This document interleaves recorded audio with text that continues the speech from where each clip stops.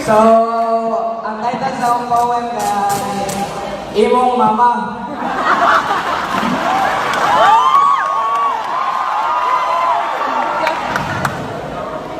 Taga-adlaw, hindi bumata ko, hindi na ko matingala. Makita na ko na sa group chats ng phrase, ang kanang phrase nga Imong Mama.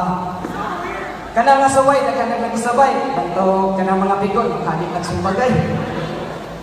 Dahil kaisa nga na ako'y gisaway na dalaga, ako ay siya kailan na Imong Mama, kabalo mo sa ugisumbay. Imong Mama, mas lamig pa sa imuha. Ang dalaga yung taon, hasta nagsukuha. Pero wala pa man ako gihuman ng istorya, kaya kung ano yung kinigisumbayan, gusto maputingahin mo ang mama.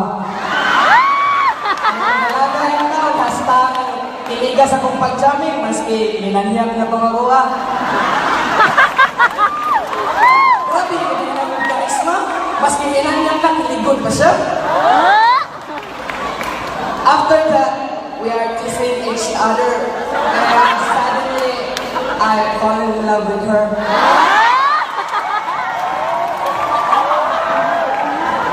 Tungod sa iyang kakursunada, tungod sa ako ang kakursunada sa iyaha, ako ada yun sa hihingan nga, dili na tika pamuyaban, diretso na lang pinagtaban.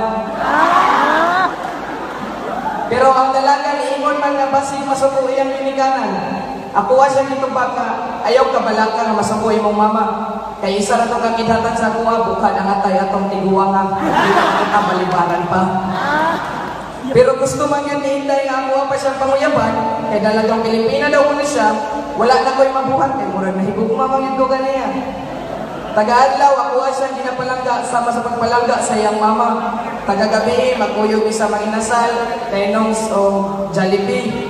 O taga-mangoon, permiti ko maguna-una sa collar siyang panty. Sa kadugayan akong pagpanguyab niya, iya kong gisugot, bantong wala na akong napot nga ng akong kamot, iyang dughan akong napumot. Sa grabe na akong kalipay, hindi na ako napalagay at dahan-dahan tumayo ang aking lagay.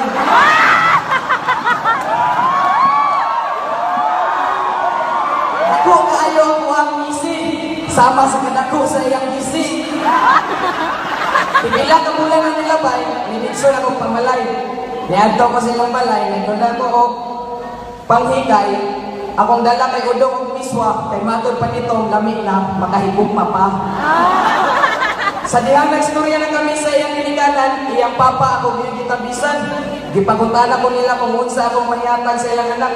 Akuha silang itubag, akuha siyang patingon sa kuwang gahi.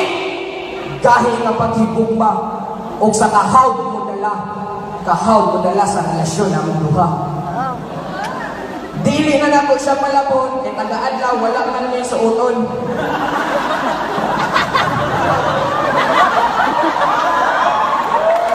Dili na nako siya pagtrabahon, aron, di na siya mahago, o dili naman niya mahago, kay maraganhado ning ako. So, sa tanang magsigig ingon, o pagsigig pangaway sa imong mama, ayaw mo kabalaga, kay pohon, makakita rin imong tao nga mong higugma. That's all, thank you.